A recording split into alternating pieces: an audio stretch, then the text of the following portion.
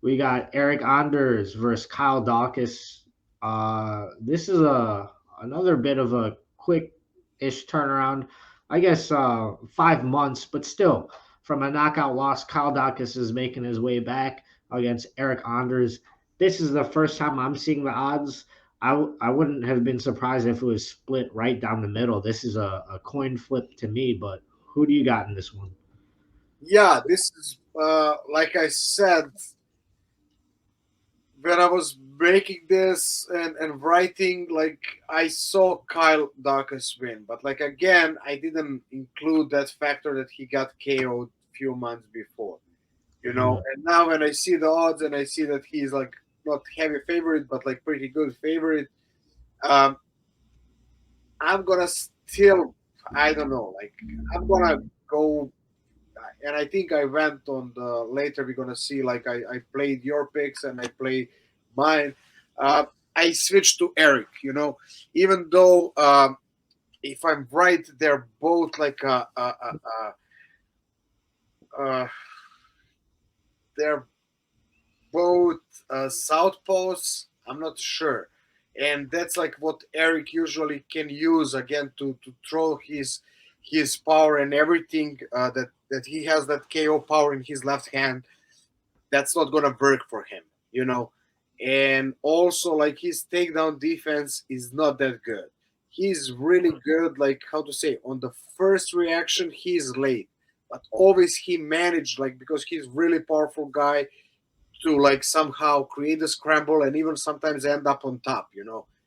It's so, but like also like what Kyle is doing, he's really tall and lengthy, and he's going for the completely like a clinch based, like grabbing the body, and he's like playing with the trips, trying even to lift the person completely, you know. So I see that he can like surpass Eric's power and put him down to the ground. If he put him down to the ground and manage to keep him there, I see really easy win for him, you know. But like again, I see that Eryk can caught him, and if he caught him, is again question how he's gonna feel.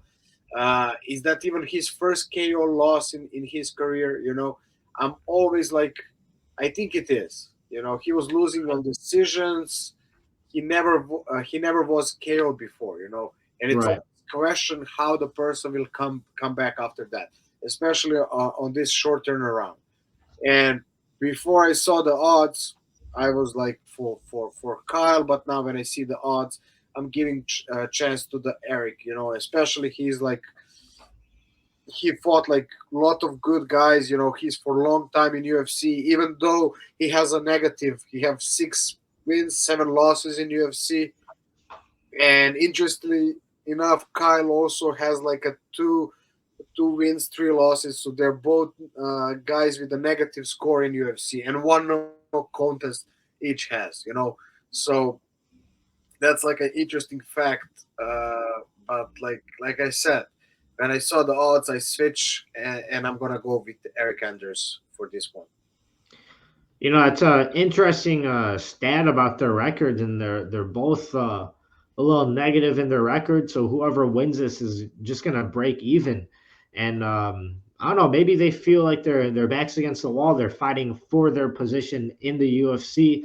I will say I'm leaning towards Dawkins. They're similar positions in terms of record, but I agree Anders has been around a bit longer. He's fought more guys and generally better guys as well. But part of me still remembers like Dawkins coming into the UFC. I remember there being some hype about him because they call him like the Darce Knight. He's got a bunch of fucking victories by Darce. And so I was kind of excited to see that. Can he pull it off in the UFC? Is he going to be that guy? And he hasn't quite found that yet in the UFC, but I'm kind of pulling for him, and I wonder if that kind of makes me lean towards him more. But also, he's a younger guy; he's got a little bit less wear and tear, although he did get knocked out in his last fight. So let's see how that looks. But yeah, I'm still sticking with Dawkins, and I'm rooting for a Darce in this one. Yeah, let's see. I don't know. Did anyone ever? Yeah, it is Andre Munoz. But like for me, he's like a top contender, and I'm really surprised that he already uh, didn't get a fast track. Like he's really, I think, one of the best fighters in 185, and I'm Hmm. surprised that he still didn't find his way towards the title. And I think he's the only guy who submitted him.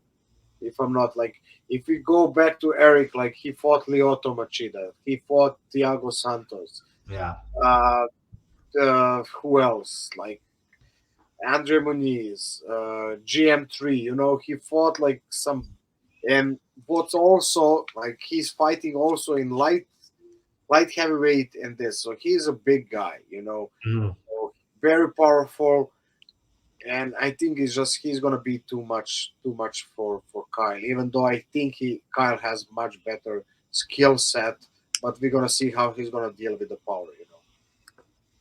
Yeah.